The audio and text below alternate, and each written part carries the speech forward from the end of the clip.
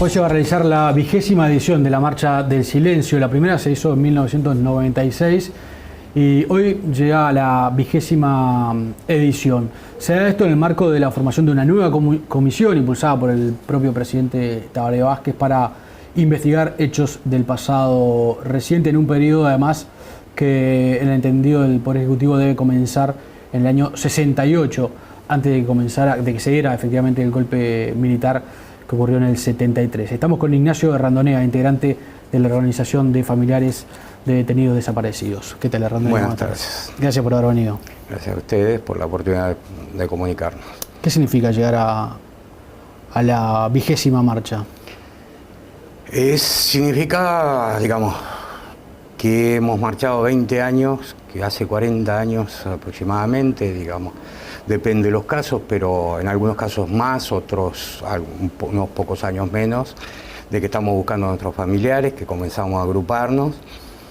30 años de democracia, 10 años de gobierno frente amplista, y tenemos que seguir marchando porque los grandes ausentes en este periodo son la verdad y la justicia.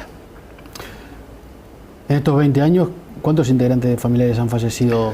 No tengo la cuenta, han fallecido muchos, muchas madres, hermanos. ¿Usted esposas. concretamente a quién busca? Yo busco a mi hermano, que fue desaparecido en Buenos Aires en el 76, en septiembre del 76, y presumiblemente, fue trasladado en lo que se llamó el segundo vuelo. El segundo. El vuelo ese reconocido por la Fuerza Aérea. Presumiblemente, digamos, porque en la medida que no hay información, sabemos que se trasladaron los prisioneros desde Orleti para acá, claro, pero no sabemos ¿Y él estaba en Orleti? quiénes. Él estaba en Orleti. De eso sí hay testimonios. De eso tenemos información.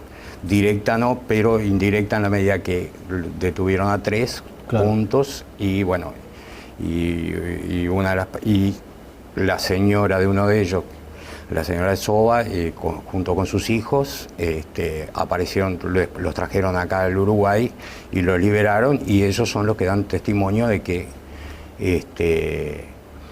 lo detuvieron en la casa de ellos, a mi hermano, y que estaba en Orleti, que fueron trasladados todos para Orleti. El paso del tiempo obviamente es tremendo, porque no solo mueren los responsables y los que tienen información, sino como usted señalaba, mueren los familiares, las madres muchas veces de los desaparecidos, y esa historia ya no se puede reconstruir. Sí, no. Digamos, hay una historia que no se puede reconstruir, la historia de los deseos, de las expectativas sobre mi hermano, lo que podría haber hecho, lo que podría haber dejado de hacer. Bueno, nunca la vamos a reconstruir. Pero se puede reconstruir lo que pasó. Claro. Y no es solo para familia, porque eso muchas veces es lo que no se entiende. Todo lo que vivimos en el periodo de la dictadura, porque fue un terrorismo de Estado, lo sufrió prácticamente toda la población. Y se debe dar respuestas y explicaciones, se debe saber bien qué fue lo que pasó, porque es la forma de irnos vacunando y de generando los anticuerpos para que no vuelva a suceder. En definitiva, a mí lo que más me importa es que esto no le suceda a mis hijos, no le suceda a mis nietos ni a sus nietos, ni a sus hijos, o sea, que no se repita la historia. Y para que no se repita la historia, tiene que saberse qué fue lo que pasó y que actúe la justicia, ¿no? ¿Cómo califica usted los avances que han habido? Pienso que son avances importantes. Después de años que fue negado el tema, porque no nos olvidemos que hubo hasta un presidente que dijo que acá no había desaparecido. Y después de muchos años que se perdieron, bueno, poco a poco con la Comisión para la Paz de Jorge Valle y luego los gobiernos frente amplistas se ha ido avanzando. Se ha avanzado, pero se ha avanzado muy lentamente. Se ha avanzado muy lentamente porque los depositarios de la información no la han brindado. Y nosotros entendemos que desde el gobierno tampoco se les ha exigido. Porque hay dos hay dos fuentes de la información. Una, los directamente afectados, los criminales directamente, digamos, algunos de ellos que están presos. Y algunos han muerto. Y algunos han muerto y otros andan por la calle, no lo van a decir. Pero hay una institución, la institución como tal, que esa perdura en el tiempo, que es la institución militar, que fue la que desencadenó todo el terrorismo de Estado, que lo ejecutó, esa tiene información. ¿Ustedes creen que hay información no institucionalizada, digamos? Toda institución, para todos los movimientos de personal, de materiales, todo se documenta. Es decir, si entraba un detenido a un cuartel, eso está registrado en algún lado. Está registrado. Está registrado que tal día, de tal año, estuvo allí. Ahí está lo de los detenidos, pero está todo el movimiento de la fuerza y de las fuerzas. Y eso permite reconstruir historias. Porque, por ejemplo, cuando hablamos del segundo vuelo, un traslado de un avión claro, o el movimiento del avión tiene que estar registrado. Tiene que estar registrado. Cuando llegan acá al aeropuerto, una veintena, como se habla, de 20, 22, según las fuentes, para eso se necesitan guardias, se necesita un sitio donde que estén. Si los tuvieron de forma clandestina, no fue en un centro de detención donde había otros prisioneros. Claro. O sea, hay que mover mucha cosa. Hay que alimentarlos, hay que dar órdenes para que los alimentos lleguen, hay que alimentar la guardia. O sea, hay un montón de cosas que están documentadas. Y esa documentación no se ha abierto nunca. Es más, el servicio de inteligencia que los hace desaparecer, el CID, a partir de la ley de caducidad, cambió de nombre. El actual DINASIE. Un servicio de inteligencia nunca destruye los archivos, claro, porque es la esencia de un servicio de inteligencia. Y en el 2006, cuando se le pide desclasificar, que abriera archivos a la DINASIE, se le pide, la respuesta no fue que no tenían archivos, que no era conveniente abrirlos. Es decir, no es conveniente, quiere decir que tengo. Claro. Entonces, no es que estamos suponiendo. Y esa contestación nosotros sabemos que existe, claro, y tenemos pruebas de que existe. Ahora, la información que se ha conseguido por militares que han hablado, que han filtrado información o que han dado información. Digamos que hay dos tipos de información. Hay militares que han hablado, que no estaban inculpados, que no están. Hay una información oficial, que es la de la Fuerza Aérea, que permite ubicar a Eugenio Chávez Sosa, sí, en la Chacra de Pasto. Después hay, por ejemplo, en el caso de Miranda, es un plano anónimo exacto, o sea, usted y yo, con ese plano llegamos al lugar y encontramos. ¿Ese plano a quién se lo entregaron? Lo entregaron anónimamente a Presidencia. Secretaría de Presidencia. Sí, pero en aquel entonces a Gonzalo Fernández, pero le llega anónimamente. Eso evidentemente fue un militar que conocía el hecho. Bueno, no, y que tenía, y digamos, eso está, que está documentado. Está documentado. Porque para hacer un planito de eso y marcar exactamente... Hay que tener mucha memoria. O la memoria, yo no creo la memoria tan... Sí, además los paisajes cambian en tantos años. Exactamente. Cuando... los hallazgos en el 14 son a partir de testimonios de algunos militares, digamos, de bajo rango, que no cumplían, o sea, más bien de guardia, etc., que indican que vieron movimientos en determinado momento, etc. O sea, que la fuente esencial de la información ha estado ausente, que claro, es la institución. Claro. Salvo en el caso, ya digo, que lo reconozco, ¿no? Sí. O sea, que lo reconocemos, la Fuerza Aérea, en el caso de Eugenio Chávez Sosa, entregó una carpeta. Entregó una información. Claro. Bueno, fueron enterrados acá. Ahora, en ese sentido, entonces, la actitud de los gobiernos ha sido similar en no exigirle a subordinados, como son en este caso el Ejército o la Fuerza Aérea, exigirles que abran... Eso es lo que, escuchando el discurso del comandante del Ejército, que dice que, que las Fuerzas Armadas están subordinadas, sí, que no hay duda, no recuerdo bien la expresión, pero digamos, que nadie puede dudar de que están subordinados al poder civil. Bueno, o no se dio esa orden de abrir todos los archivos, de suministrar toda la información, o se dio, no se acató. O sea, no me corresponde a nosotros, no nos corresponde a nosotros decir qué fue lo que pasó, es al gobierno que le corresponde. A los gobiernos anteriores, claro, y al gobierno actual. El gobierno actual, nosotros participamos en el grupo de trabajo, digamos, tenemos un delegado, precisamente porque hubo un compromiso público del presidente que dijo que él asumía el compromiso de que todos los ministerios iban a colaborar. Y bueno, le damos la carta de crédito precisamente en el entendido de que va a mantener su palabra y que no va a permitir que no se que se sigan ocultando archivos existentes.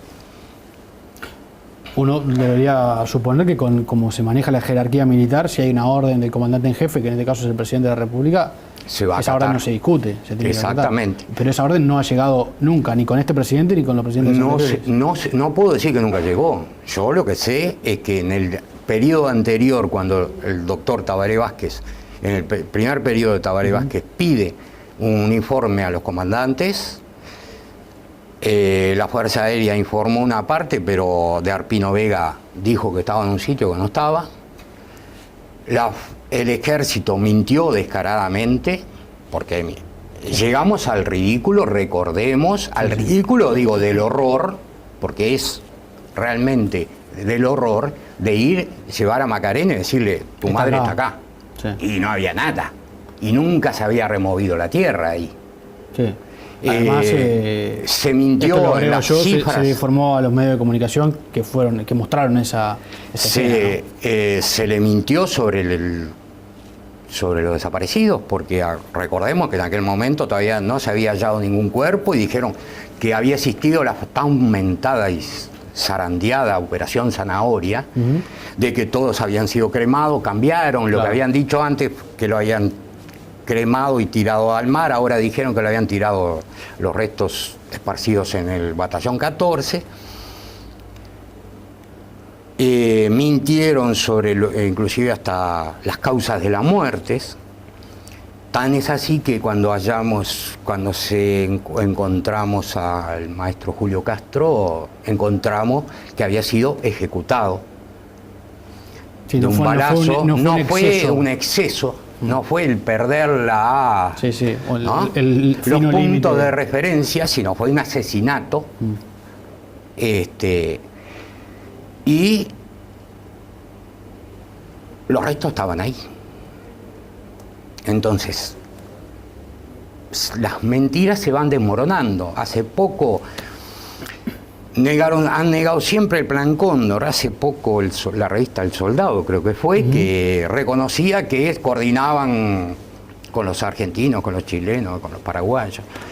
Y de los archivos de tanto Argentina, de Brasil, de Paraguay, mismo de Chile, nos llegan las copias de los pedidos de información, de los pedidos de captura de los uruguayos que estaban exilados que estaban en el exterior, firmados, sellados por las Fuerzas Armadas Uruguayas. Nos llega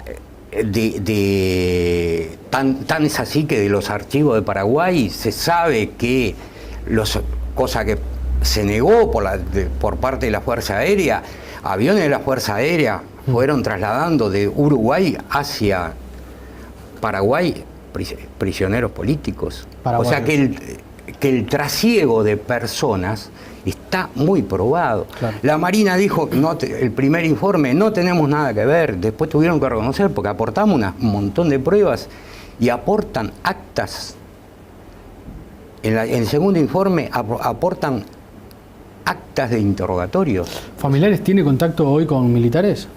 No tenemos. Los contactos que podríamos decir que se tienen a través del gobierno, ¿no? Digo, no tenemos un contacto directo. No hay ni siquiera un grupo de militares o algunos militares en forma individual que... No ha habido nunca una búsqueda, un diálogo, porque un diálogo, digo, vamos a tenerlo en base a que me proporcionara mi información.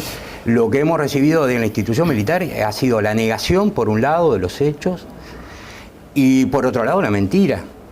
O sea, ha sido la constante, hoy por hoy, que sería sano para la población y para las Fuerzas Armadas, por ejemplo, que un comandante en jefe asumiera que su fuerza cometió atrocidades contra la ciudad. Hasta hoy está negado. Nadie nos puede, nosotros lo decimos públicamente, nunca hemos tenido un juicio por difamación, porque lo pierden, pero es sabido por toda la sociedad, pero nunca han tenido el coraje de enfrentar, y pienso que para la sanación social de la sociedad, precisamente el hecho de asumir responsabilidades, en el entendido, obviamente, que el actual comandante no tuvo nada que ver. Yo no lo voy a poner en tela de juicio como persona. Ponemos en tela de juicio la institución. Ayer fue oficializada o formada la comisión por el Poder Ejecutivo. ¿Qué expectativa tienen ustedes en concreto con esa comisión? Porque a veces, obviamente que algo hay que hacer y los grupos de trabajo sirven para eso, pero a veces la burocracia también termina dilatando los temas. Bueno, nosotros tenemos confianza, digamos, primero porque a unos, digamos que no a todos, pero a la mayoría los conocemos, claro, los integrantes del grupo de trabajo. Luego, por un poco, por el contenido que se le ha dado. El contenido que no es menor, porque una de las obligaciones, está establecido en el decreto, es que todas las informaciones deben ser públicas, deben ser publicadas. O sea, que no se va a mover en el secretismo. O sea, es fácil de controlar si está trabajando o no. Que los archivos vayan a ser, digamos, toda la información que vaya obteniendo se pueda consultar para avanzar en las investigaciones, para nosotros es fundamental. Más, hasta ahora los archivos de la Secretaría de Derechos Humanos para el pasado reciente nos ha estado vedado.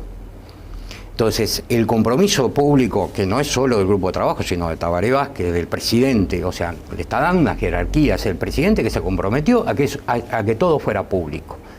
Y que en lo que ameritare, o sea, lo que fuera delictivo que se pudiera probar, se pasaba a la justicia. Bueno, eso a nosotros nos dan garantías de que no van a dormir.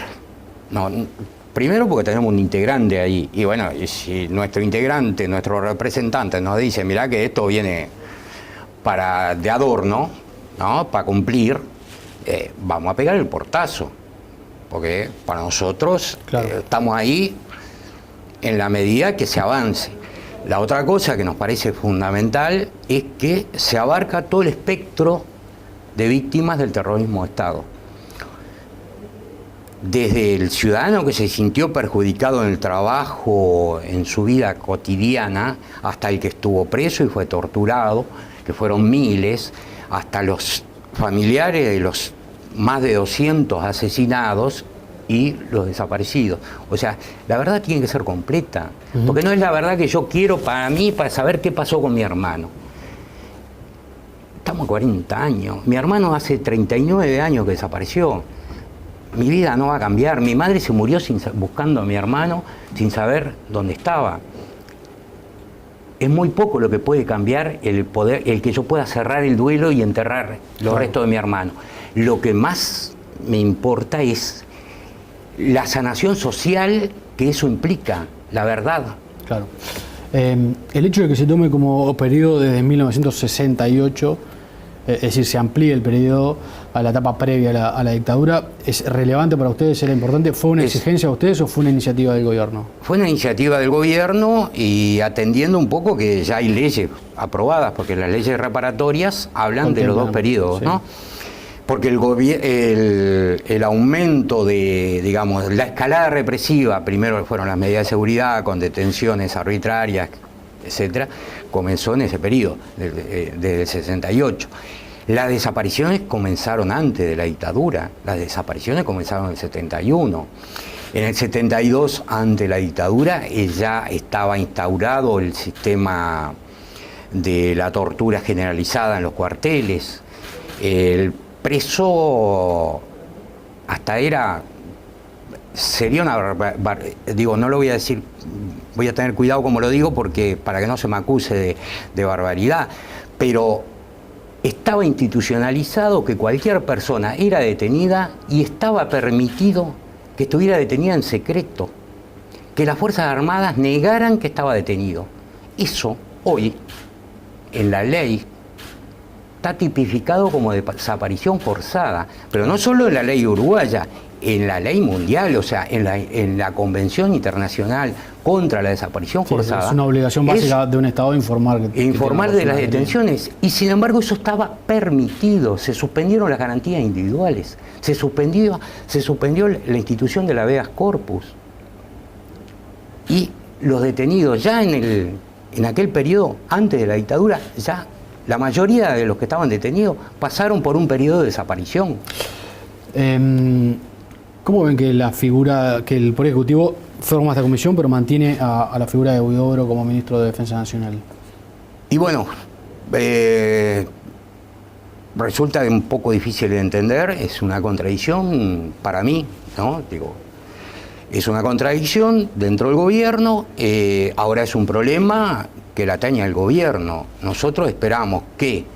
¿Pero usted cree que es un intento de Vázquez de matillar? Les da a familiares la comisión y se forma la comisión, pero por otro lado mantiene a Huidobro como ministro? No voy a hacer proceso de intención porque desde familiar estamos en posición constructiva hacia lo que es el grupo de trabajo. Y nos atenemos a la palabra del presidente. Y el presidente dijo que la máxima jerarquía era él. Y que los ministerios, todos los ministerios, iban a colaborar con el grupo de trabajo. Quiero creer, digo, porque no tengo por qué dudar de que el presidente va a cumplir con su palabra y, lógicamente, o el ministro cumple con lo que dice el presidente o va a tener que irse para su casa. O sea, la principal jerarquía del país es el presidente, luego vienen los ministros. Y lo dejó muy claro en la conferencia de prensa. El primero, el orden jerárquico es la presidencia, luego viene el ministro, viceministro, director del ministerio y así para abajo. Fue claro el presidente. ¿Y cómo toman los dichos de Huidobro? Que ha señalado, no ha nombrado a familiares particularmente, pero señaló el año pasado a Serpaj y ahora habló de organizaciones sociales que han hecho un trabajo, han hecho un trabajo organizado de estigmatizar a las Fuerzas Armadas.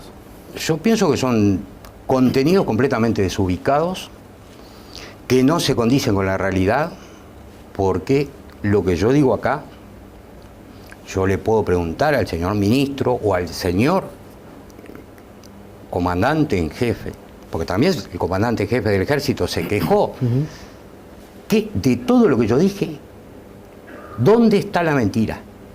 ¿Qué es lo que hay de mentira, aunque sea un tantito así? ¿En qué mentí yo? Que lo demuestren. Nunca han salido, porque es fácil tirar a la volea, campaña de desprestigio, denostación de las Fuerzas Armadas. ¿Por qué? Porque es una forma de, cuando uno es victimario, pasar a ser víctima. Y resulta que las víctimas, que somos nosotros, que hace 40 años que estamos preguntando, claro, y que yo vuelvo a preguntar, y le pregunto al señor ministro, y le pregunto al comandante en jefe del ejército, ¿a santo de qué nos niegan el derecho que tenemos para saber dónde están nuestros familiares? Luis Acuesta está grave, 95 años, toda una vida peleando, buscando a su hijo. ¿No tiene derecho a saber qué pasó con su hijo? Mi madre se murió sin saber qué pasó con su hijo. ¿Y cuántas madres están hoy cerca de su fin porque los años van pasando? ¿Y a santo de qué? 30 años después, de vuelta a la democracia, nos siguen, porque es una forma de mantener el terror en la sociedad. Es una forma de terrorismo, mantener 30 años después a más de 200 desaparecidos. En este escenario, ¿tiene sentido seguir manteniendo el reclamo por verdad y justicia? Sí. Sin la justicia... Los familiares no se conformarían solo con conocer la verdad y sacrificando la justicia en aras de que surja información o que se brinde información. Usted sabe que era lo que yo le decía hoy. A mí, ¿qué me cambia la vida? Que los restos de mi hermano aparezcan. Voy a poder cerrar una parte del duelo, pero está el duelo social, está la herida social. Y tenemos, como país democrático, tenemos la administración de la justicia, que es la que administra las diferencias, las infracciones, y es más, tiene por un lado el aspecto sanador, pero sobre todo, es más, yo creo más en estos aspectos, yo creo que más la aplicación de la justicia permite, construye el disuadir. Es que no hay leyes que puedan perdonar este tipo de crímenes. ¿Para qué? Para que no se cometan nunca más. Porque no nos olvidemos, porque hay mucho para analizar sobre lo que pasó y el porqué de la dictadura. Pero estábamos viviendo una crisis económica muy grave. El conflicto social era muy grave y la forma de implementar, el parar eso fue la dictadura, porque todos sabemos, los partes militares y todo, que no era la guerra contra la sedición. Ya el MLN estaba derrotado militarmente. El disolver la CNT, el proscribir los sindicatos, el suspender los derechos de reunión y todo lo que se hizo durante la dictadura, no fue para combatir a la sedición, fue para combatir al pueblo que se resistía a que le metieran la mano en el bolsillo. Si mañana vivimos otra crisis económica como la que tuvimos que vivir en aquel momento, y usted como trabajador sale a pelear por su salario, ¿tienen derecho las Fuerzas Armadas a cometer las barbaries que hicieron? Quiere decir que para ustedes la consigna debe seguir siendo verdad y justicia. Verdad y justicia y nunca más. Que para nosotros es fundamental. El nunca más. Y el nunca más no se construye en base a meter la cabeza adentro de un agujero. No quiero ver, no sé nada. Y el perdón a tutti. Primero, es más, primero a mí me tienen que preguntar, si me preguntan si estoy dispuesto a perdonar, lo primero que, antes que nada, pregunto, ¿qué tengo que perdonar? Claro. Porque hasta lo hace la iglesia, ¿no? Usted va al confesionario a confesarse y lo primero que le piden, ¿de qué se arrepiente usted? Antes de decirle que lo pueden perdonar o no.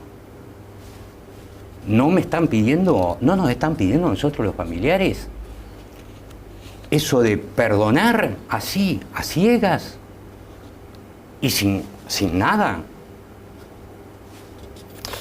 Le agradezco mucho por haber venido. Gracias a usted por la oportunidad. La marcha es hoy a las 7 de la tarde, ¿no? La marcha es hoy a las 7 de la tarde, sin consignas partidarias, en silencio, con la consigna, y marcharemos hasta la Plaza Libertad. De Guayabos y... De Jackson y Rivera hasta la Plaza Libertad. Gracias por haber venido. Gracias a usted.